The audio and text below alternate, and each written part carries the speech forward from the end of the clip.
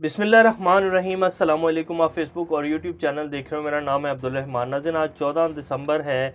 आज इस वीडियो में हम पाकिस्तान की कुछ ताज़ा तरीन सूरत हाल, इस्लामाबाद से कुछ लेटेस्ट अपडेट्स और हुकूमती परिंदे जो हैं वो उड़ने वाले हैं, इत्तेहादी परिंदे जो हैं वो उड़ने वाले हैं।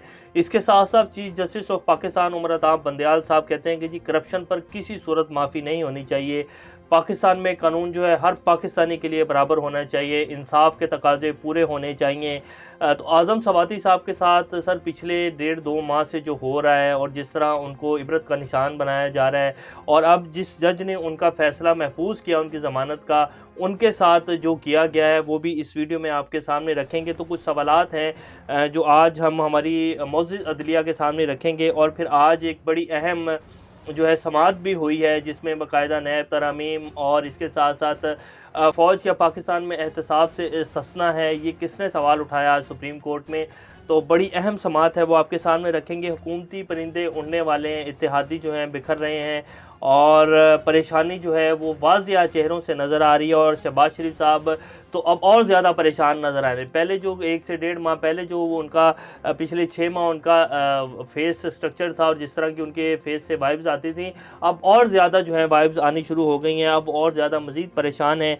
तो क्या बनने जा रहा है? पाकिस्तान के जो प्रेसिडेंट हैं आरिफ अलवी साहब, वो भी लाहौर पहुँच गए हैं और हुकूमत ने बाकायदा उनको अपील किया है कि जी आप जाएँ और इमरान खान साहब को मिलें और कहें कि जी असम्बलियाँ ना तोड़ें, हमारे ऊपर कुछ मेहरबानियाँ करें। तो ये क्या चल रहा है? और सुप्रीम कोर्ट की तरफ से जो नैब में तरमीम की गई थी इम्पोर्टेड हुकूमत की तरफ से, और जिस तरह ये 1100 अरब रुपए का डाका मारा गया है, तो सुप्रीम कोर्ट के जो रिमार्क्स आ रहे हैं वो भी बड़े सुनने वाले हैं। और क्या होने जा रहा है, क्या ये सारी तरमीम जो की गई थी इनको वापस कर दिया जाएगा, ये आपके सामने रखेंगे। इससे पहले अगर आप लोगों ने चैनल को सब्सक्राइब नहीं किया तो रेड बटन को प्रेस कर लें और बेल आइकॉन को भी प्रेस कर लें ताकि लेटेस्ट अपडेट्स आप लोगों को मिलती रहें और ये जो हमारा ताल्लुक़ है ऐसे ही जुड़ा रहे। सबसे पहले जी आपको बता देते हैं कि जी इंसाफ पाकिस्तान में क्या हर पाकिस्तानी के लिए बराबर है? तो ऐसा नहीं है। ये सिर्फ मुहावरों की हद में, ये स्टेटमेंट्स की हद तक तो ठीक है और ये बड़ा अच्छा भी लगता है सुनने में कि जी इंसाफ हर पाकिस्तानी के लिए बराबर होगा, कानून के तकाजे पूरे किए जाएंगे। क्योंकि हमारे जो मौजूद जज हजरात हैं सारे काबिल इज़्ज़त हैं, हमारी अदलिया सारे जो हैं सीटों के ऊपर बैठते हैं और उन्हें जो उनके सामने पेश किया जाता है उन्हें सिर्फ शायद वही नज़र आता है और वो उसके बाहर इधर उधर जाके फ़ैसला दे भी नहीं सकते हैं। तो पाकिस्तान में इंसाफ सिर्फ कहने की हद तक, मीडिया के ऊपर चलाने की हद तक और स्टेटमेंट की हद तक तो मिल रहा है पाकिस्तानी कौम को, लेकिन अगर ऑन ग्राउंड सिचुएशन देखी जाए तो पाकिस्तान में इंसाफ का कोई हाल नहीं है। 90% जो हैं वो केसेस ऐसे ही फिर रहे हैं। आवाम बेचारी कचहरियों में ज़लील और रुस्वा हो रही है। 200-400 के ऊपर जो है झूठी गवाहियाँ मिल रही हैं हमारे मुल्क में। तो इंसाफ का तो बहुत ही बुरा हाल है जी। सिंपल लफ्ज़ों में अगर कहा जाए, पाकिस्तान की अदालती निज़ाम इसीलिए जो है 128वें 129वें नंबर पर आता है पूरी दुनिया में। मेरे ख्याल 1-2 ही मुल्क हैं जो पाकिस्तान से नीचे हैं। आज़म सवाती की ज़मानत का फ़ैसला महफूज करने वाले जज की फ़ैसला सुनाने से कबल ही ट्रांसफ़र हो गई।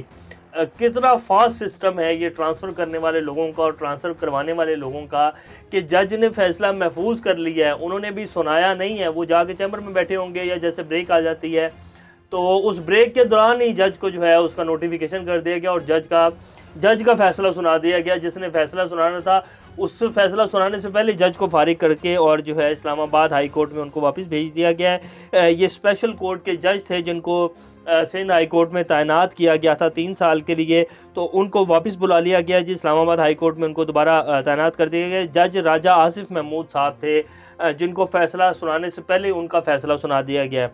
तो ये इंसाफ के हालात हैं। 75 साल शख्स है जिसने सिर्फ तनकीद की थी या ट्वीट किया था, और ये हर पाकिस्तानी को फंडामेंटल राइट्स हैं। ये हमारा आइन हमें इजाज़त देता है कि हम किसी के बारे में भी सवाल उठा सकते हैं। हमारे टैक्स के पैसों पर पलने वाले अदारे हों, वो लोग हों, वो कोई भी हो जो पाकिस्तानी अवाम के टैक्स के पैसों के ऊपर चल रहा है, उससे अवाम सवाल कर सकती है, जिस तरह का मर्जी सवाल कर सकती है। ये कोई गद्दारी नहीं है, ये कोई जो है जुर्म नहीं है कि सवाल करने के ऊपर जो है आप उसके साथ इस तरह का रवैया बरता जाए। बहरहाल खैर, अब आज़म सवाती साहब का जो जज फैसला सुना रहे थे उनको फैसला सुनाने से पहले ही जो है इस्लामाबाद हाई कोर्ट में दोबारा तैनात कर दिया गया। ये हालात हैं जी पाकिस्तान के कानून के।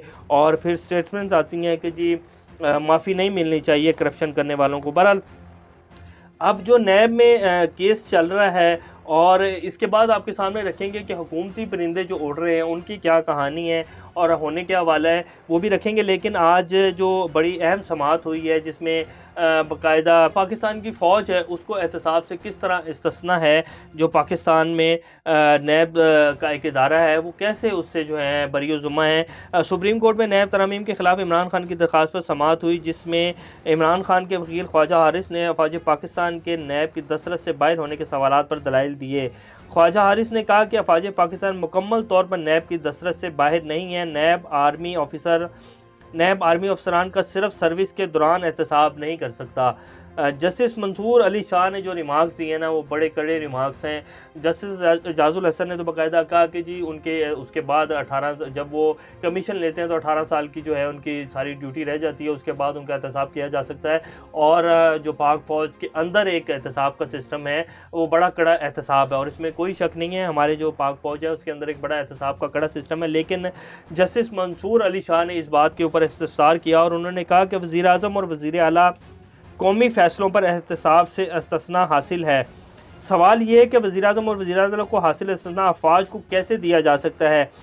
सिविल सर्वेंट्स भी मुल्क की खिदमत पर तैनात हैं, उन्हें नैब कानून में कोई इस्तिस्ना क्यों नहीं दिया गया। अगर आर्मी अफसर करप्शन कर रहा है तो 40 साल इंतज़ार करें कि रिटायर हो तो एहतसाब किया जाएगा।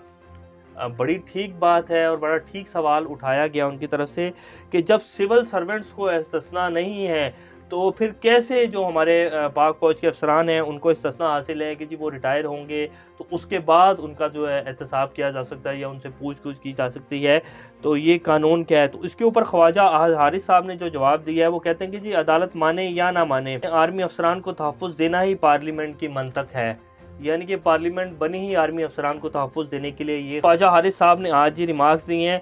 और बाकी जो सुप्रीम कोर्ट की तरफ से रिमार्क्स आए हैं वो बड़े सख्त हैं और लगता यही है कि नैब तरमीम जो हैं जो की गई हैं ये वापस हो जाएंगी। कि जिस तरह के रिमार्क्स आ रहे हैं, नैब तरमीम एक ऐसी पार्लियामेंट ने की हैं जो नामुकम्मल हैं, कोई बहस नहीं हुई, ना वहाँ अपोजिशन थी, अपोजिशन के साथ कोई बातचीत नहीं हुई, तो फिर कैसे नैब की तरमीम की गई, सेनेट में भी पास करवा ली गई।